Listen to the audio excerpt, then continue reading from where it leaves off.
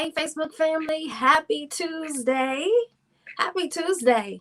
I'm Lanita hosting your student success strategist, your favorite one, by the way.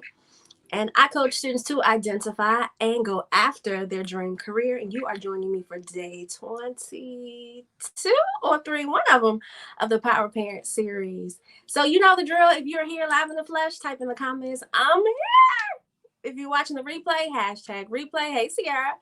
And if you're watching for the very first time, perhaps someone shared the stream with you or the series. Just kind of let us know where you're watching from. Share the city in which you're watching from. Awesome. So listen, you guys saw the caption. Does your child like their roses publicly or privately?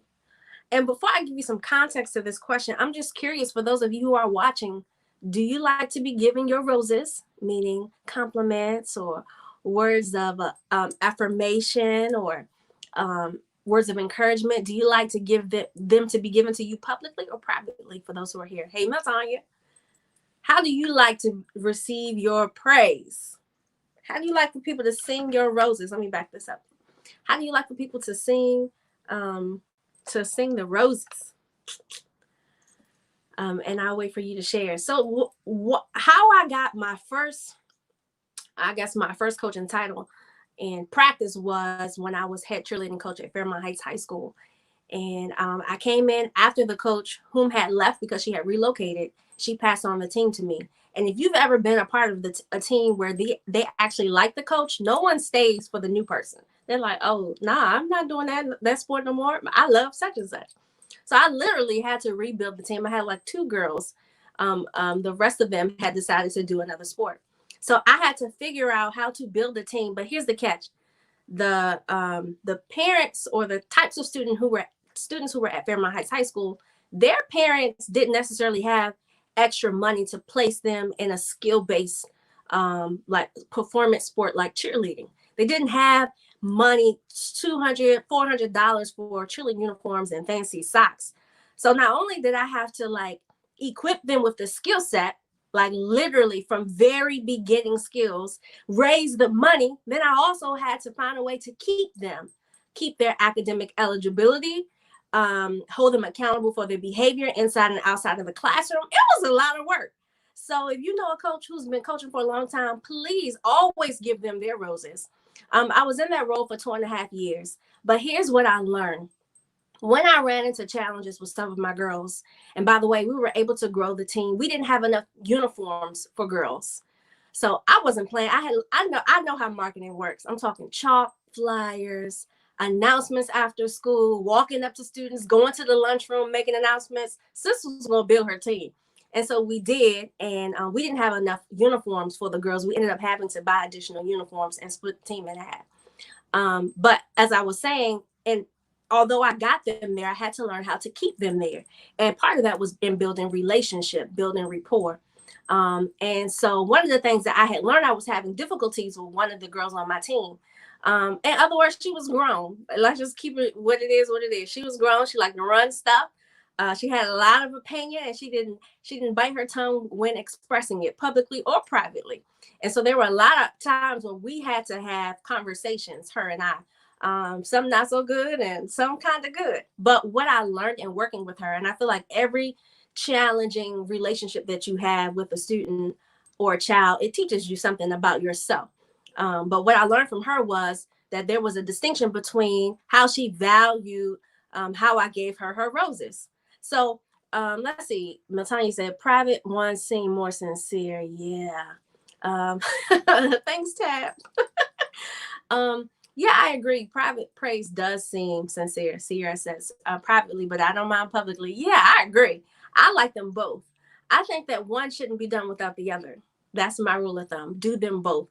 But I think that there is something sincere about someone coming to you, placing their hand on your shoulder and saying, hey, I'm proud of you. Like, you're doing an awesome job. We are very grateful to have you. It's nothing like that. That is incomparable. But that's how you would like to receive praise. And that's how I would like to receive praise. So my question that I want parents to ask is, ask your child, how do you like to receive your roses? Ask them, how do they like to be praised or encouraged or affirmed? And to test the theory that, everybody's different, I asked 16s in my circle, how do you like to be praised? And they all said something different.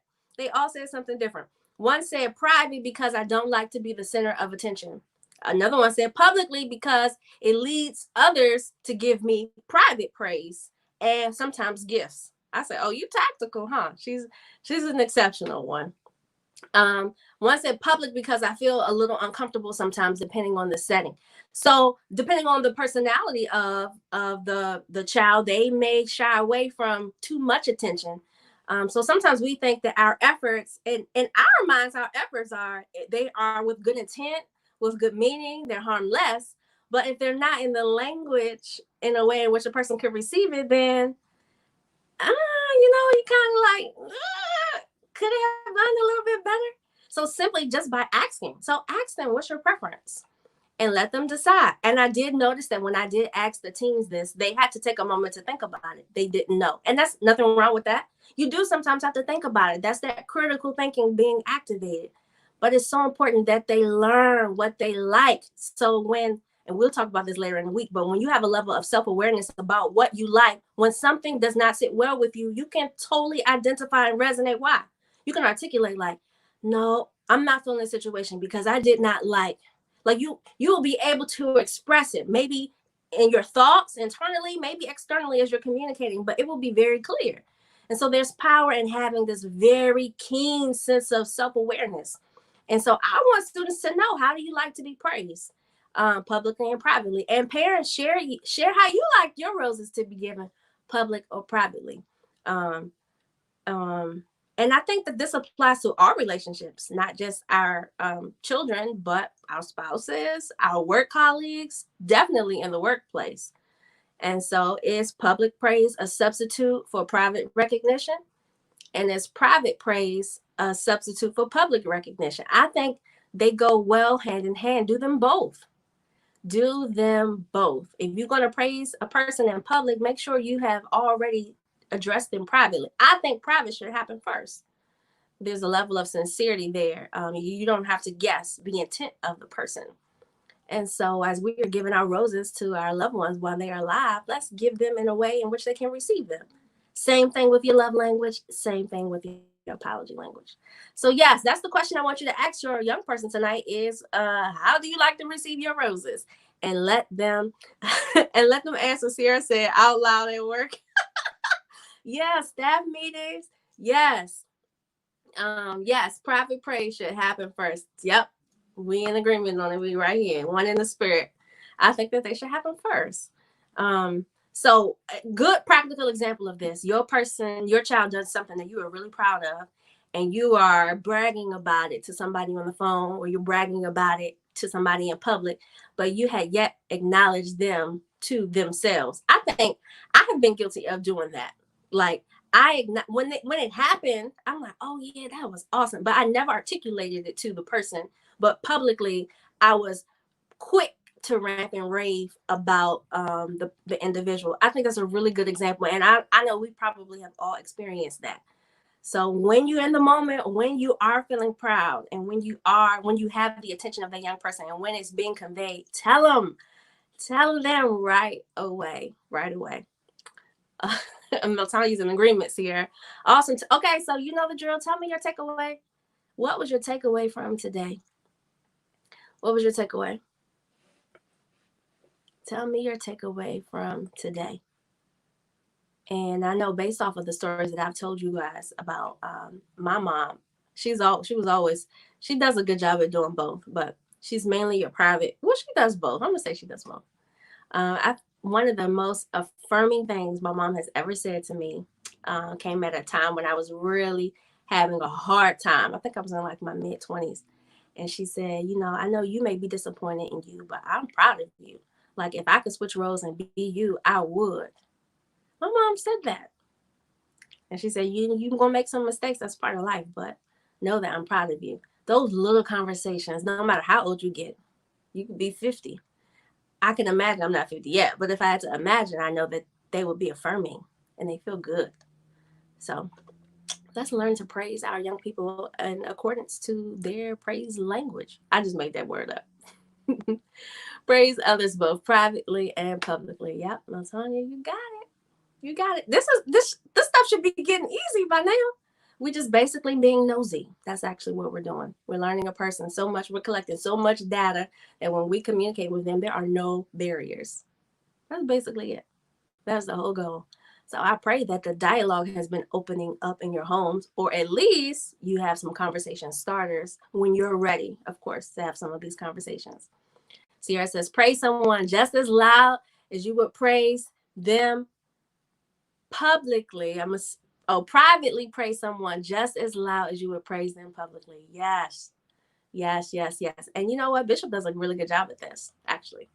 He does a good job at doing both. He really does. Awesome. So that's our Power Parent moment for tonight. And we have 5 more days of the self-awareness series. Oh, Power Parent Study Guide. Wait a minute now. That's listen here. We will see what God says, but I didn't hear him say that yet. Um but that's definitely next level. I'll be in tune. I'll be in tune. But thank you. Thank you for the encouragement. Maybe we could just assemble everything we talked about, transcribe it, and throw it into a manual. That's a really good idea. But thank you for your support. And thank you for all of you who tuned in for tonight's Power Parent series. I don't keep you long, so you could come back. So I'll see you again tomorrow at 6 p.m. Eastern Standard Time for another session of the Power Parent series. Bye.